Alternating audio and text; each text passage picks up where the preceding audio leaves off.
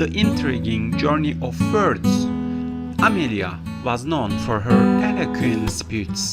To be eloquent means to speak in a way that is clear, expansive, and persuasive. She had the ability to convey her thoughts with such clarity that people couldn't help but listen. To convey means to communicate or express something. One day, she was invited to give a lecture at a prestigious university. The topic was the power of language. Amelia was thrilled but also slightly nervous. She knew she had to endeavor to make her speech impactful. To endeavor means to make a serious effort to achieve something. As she prepared, she realized that language is often ambiguous. To ambiguous means to have more than one meaning or to be unclear.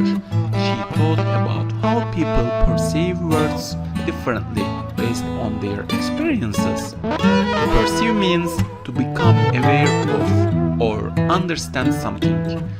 On the day of the lecture, Amelia started her speech with an intriguing question. Have you ever felt the power of a single word? To be intriguing means to capture interest or curiosity. The audience learned in, eager to hear more.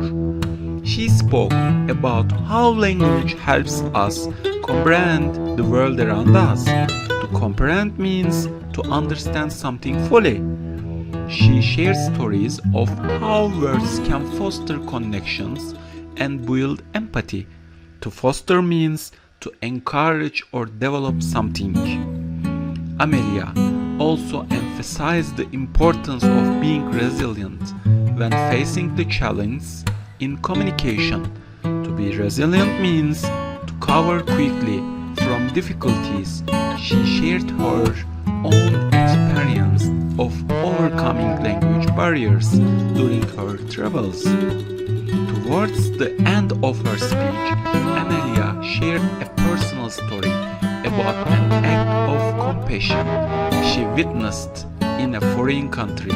To show compassion means to have a deep awareness of someone else's suffering and a desire to help.